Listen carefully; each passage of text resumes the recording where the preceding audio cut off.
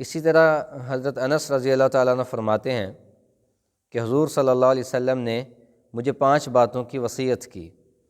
پہلی بات یہ ارشاد فرمائی کہ اے انس، تم کامل وضو کیا کرو، تمہاری عمر بڑھے گی۔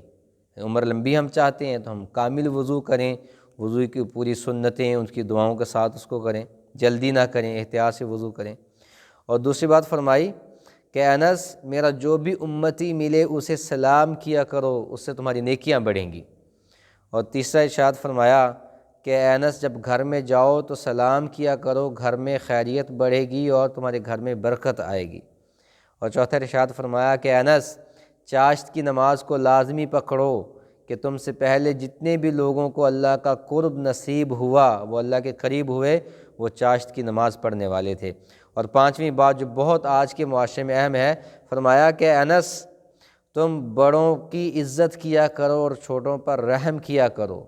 بڑوں کی عزت کرو گے، چھوٹوں پر رحم کرو گے تو جنت میں تمہیں میرا ساتھ نصیب ہوگا۔